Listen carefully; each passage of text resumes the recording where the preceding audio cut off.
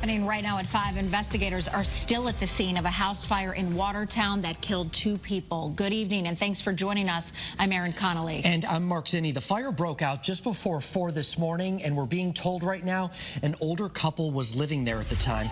Your reporter Susan Raff is live on Pleasant View Avenue right now, where there's been a lot of activity all day. Susan? Mark, there really has been a lot of activity, and all the neighbors that we've spoken to say this is really sad and tragic.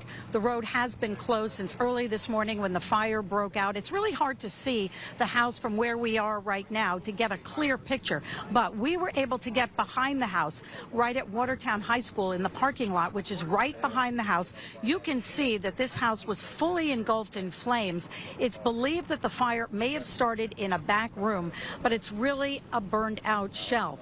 We were able to speak to some neighbors. They don't know a whole lot about the couple who lived here. They say they moved in maybe about a year ago, but they were definitely woken up early this morning when fire trucks started rolling up on their street.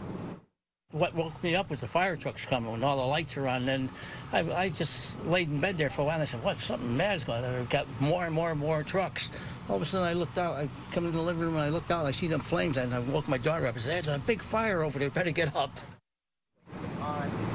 Neighbors on this street have a lot of questions. They want to know how this fire started. They also want to know if there were working smoke detectors inside. In fact, you heard from Raymond, who told us he checks his smoke detectors all the time. So that is something that neighbors here are very curious about. The medical examiner was on scene. We do know that the bodies of this couple have been removed from the home.